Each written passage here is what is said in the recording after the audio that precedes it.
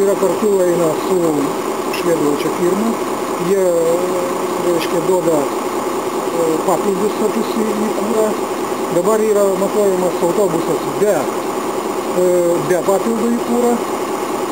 Paskui bus po to ta firma įmes savo papildus į kūrą. Tas autobusas mėnesį laiko pavažinės ir tada mes vėl matuosim vėl. Ir žiūrėsim, koks skirtumas.